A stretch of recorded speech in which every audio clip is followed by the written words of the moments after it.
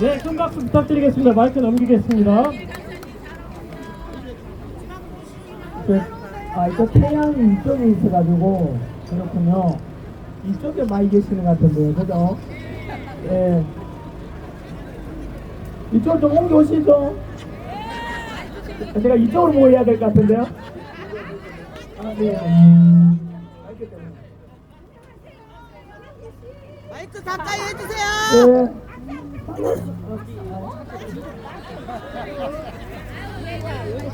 네, 반갑습니다. 전한길입니다. 요즘 대한민국 살려오겠다고 전국 돌아다니고 있는데 어제는 그래서 울산 가서 또 집회하고 오늘 아침에도 마찬가지로 헌법재판소 앞에 가서 또 외치고 왔습니다. 목표는 똑같습니다. 대한민국 살려야 되겠다.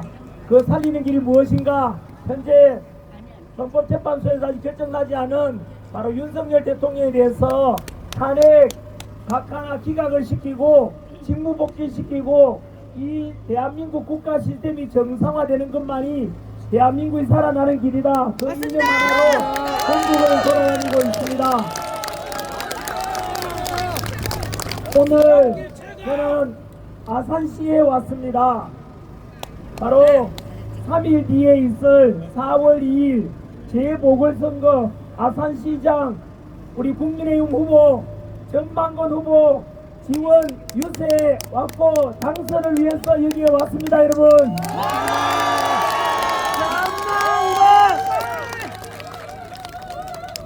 조금 전에 제가 아산 도착해서 그 전에 우리 또 지원 뉴스에 나왔던 분께서 저보고 묻더라고요. 아산 잘 아느냐 자주 와봤느냐 하길래 제가 전에도 왔었고요. 최근에 왔는 것은 10개월 전에 왔었습니다.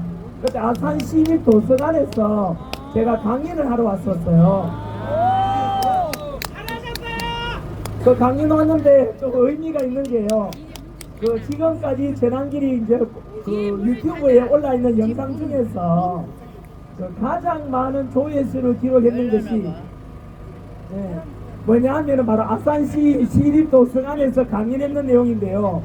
조회수가 2천만 건이 넘어요. 그 2천만 건이 뭔지 아세요? 이게 바로 이마지 입고 있는 건데 진짜 열린 강사 이래가지고 제가 자꾸 열린 줄 모르고 그 사람들이 뭐 자꾸 열렸으니까 뭐 볼 거 있는가 싶어가지고 자꾸 보는 것 같아요. 그래서 그 이후로 제가 처음 오고요. 아산시는 사실은 또 우리 충무공예 도시 아닙니까? 이순 장군 바로 또 우리 산소가 있는 곳이지요. 그래서 참 자랑스러운 곳이고 역사 속에서는 또 우리 온양온천 있는 곳 아닙니까? 그죠? 참 너무나 좋은 곳입니다.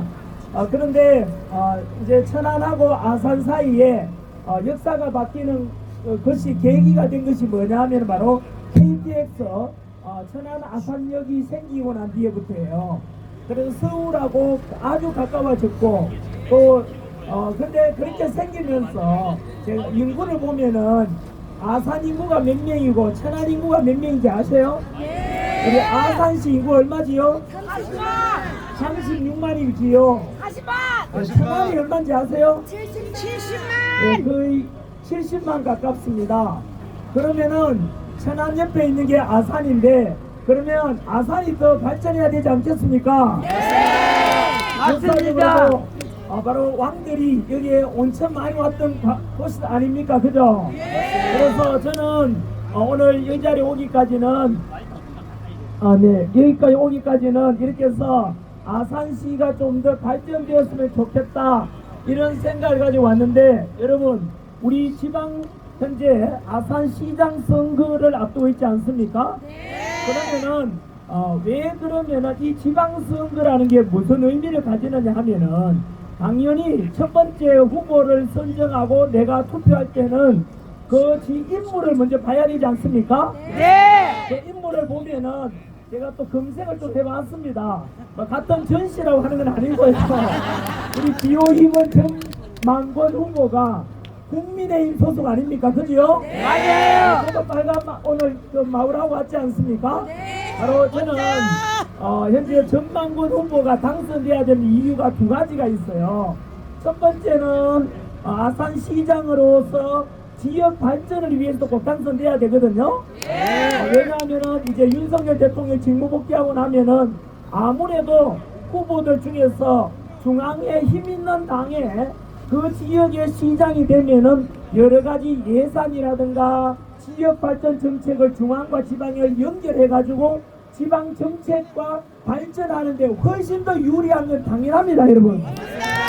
그래서 이 아산시의 발전을 위해서도 천안보다 더욱더 발전하기 위해서도 바로 이 지역에 힘있는 후보가 당선돼야 된다고 저는 생각을 하거든요. 덧붙여서 전망근 후보님이 보니까 우리 중앙부처에서 국장을 지내셨죠? 옆에 거를 잘 알아요. 천안시에 또 부시장 하셨죠? 그 경험을 가지고 그러면 천안에 이런 발전한 게 있으니까 우리 아산에 이걸 하면 더 잘 되겠다. 너무 잘 아실 거 아닙니까? 그죠? 그래서 이번에 새롭게 우리 아산시장 후보로 나온 우리 저는 전방근 후보가 어떤 타 당의 다른 당의 후보보다도 저는 가장 이 지역 발전에 가장 적합한 후보라고 제가 진심으로 생각을 합니다. 그리고 두 번째는 이 전망권 후보께서 반드시 당선돼야 되는 이유 중에 하나가 현재 다들 아시다시피 뉴스만 틀면 나오는 게 현재 대한민국은 현재 윤석열 대통령에 대한 탄핵 찬성 반 절반 나뉘어 있지 않습니까? 그래서 윤석열 대통령에 대해서 탄핵되면 현재 우리나라 사정은 여러분 너무 잘 아실 겁니다. 현재 비상계엄 이후로 탄핵 정국이 4개월째 계속되고 있어요. 1, 4분기가 지났거든요.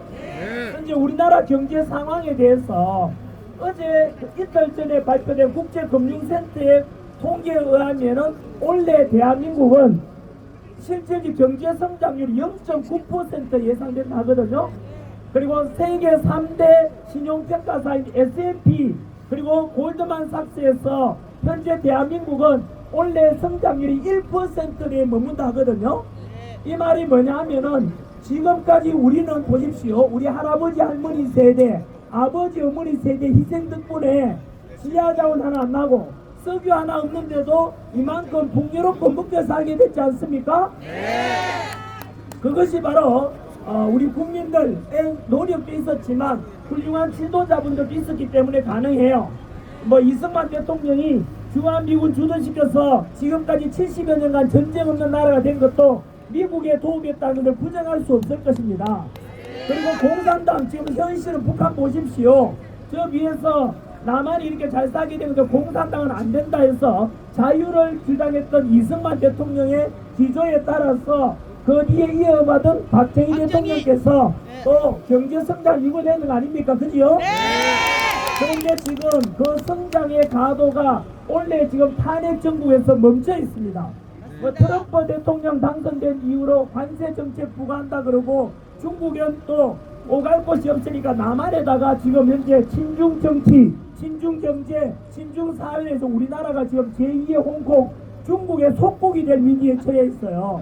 그런 한국 속에서 민주당에서 일방적으로 윤석열 대통령 끌어내리고 이재명 저 정과 사범에 저런 흉악한 사람이 현재 저런 사람을 대통령을 시키려고 한다 보니까 윤석열 빨리 끌어내려야 되지 않습니까? 맞습니다.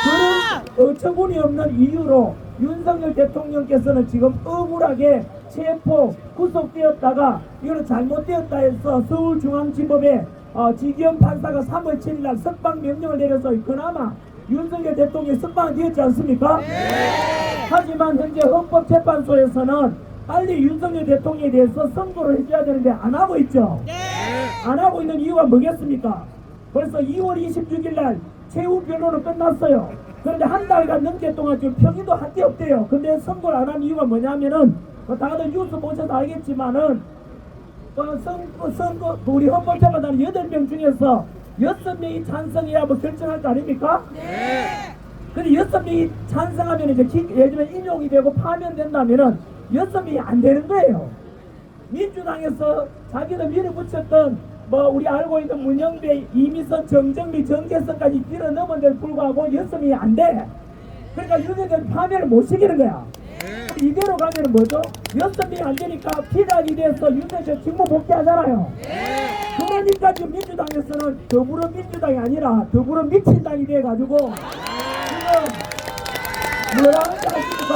이틀 전에 6명이 안 되니까 그거 맞추려고 40명을 임명시켜가지고 빨리 대통령을 파면시키려고 하지 않습니까? 그게 또 법적으로 어긋나니까 지금 이럴도 저럴도 못하고 더불어민주당이 돼서 지금 그저께는 우리나라 이제 직무 복귀한 한덕수 국무총리도 다시 탄핵하였다 그러고, 그리고 최상목도 또 탄핵하였다 그러고, 또 장관들 이쪽 국무위원들 전체를 탄핵시키겠답니다. 그러면 뭐가 되는지 아세요? 이 대한민국은 무정부 상태가 돼요. 여러분, 조금 전에 말씀드렸잖아. 보십시오. 지금 대한민국 경제 성장률이 지금 이만저만 위험한 게 아니지 않습니까? 이런 나라 어디 있습니까? 대통령도 없고 국방부 장관도 없어요. 지금 경찰청장도 없고. 이런 속에서 여러분, 지금 헌법재판소에 뻔히 답이 나와 있어요. 대통령을 파면하려니까 6명이 안 되잖아요. 그런데도 불구하고 지금 결정도 안 하고 선거 기다리고 있잖아 지금요. 이런 속에서 우리는 무엇을 원해야 될까? 이재명을 지지하든 민주당을 지지하든 간에 해야 될 것은 뭐겠습니까? 아주 쉽지 않습니까? 빨리 국가 시스템을 정상화시키고 대한민국을 지키려면 윤석열 대통령을 반드시 직무 복귀시켜야 되는 거 아닙니까, 여러분? 자, 그러면 제 생각에 조만간 이제 윤석열 대통령 이제 직무 복귀한다 치고, 그러려면은 그 윤석열 대통령 이번에 기존처럼 이제 정책하지 않습니다. 구치소에까지 가봤고 민주당의 민낯들 다 봤지 않습니까? 그리고 이번에 헌법재판소에 탄핵, 우리 탄핵 정부 소유 드러난 게 많죠. 공수처도 썩어 빠졌고, 서부지법도 그렇고, 사법부 카르텔, 좌파 카르텔, 그리고 성관계 문제, 수많은 문제들이 드러났지 않습니까? 그래서 아마 제 생각에는 조만간 강력한 이런 어떤 정책 드라이브가 걸릴 것 같거든요. 그러려면은 지방에서도 서포트를 해줘야 중앙에서 제대로 할 거 아닙니까? 그래서 윤석열 대통령을 지지하고 새로운 대한민국, 그리고 무너져가는 대한민국을 살리는 길, 그것이 바로 윤석열 대통령이 지지율을 올리는 것이고, 그 지지율을 올리기 위해서 지방에서 아산에서는 반드시 국민의 후보 전만고 후보가 당선이 되어야만 된다 했습니다. 그래서 저는 전만고 후보에 대해서 강력히 지지하고 반드시 여러분 4월 2일에 그 보궐선거나라 투표에 가셔서 전만고 후보 반드시 당선시켜 주십시오. 전만고 윤석열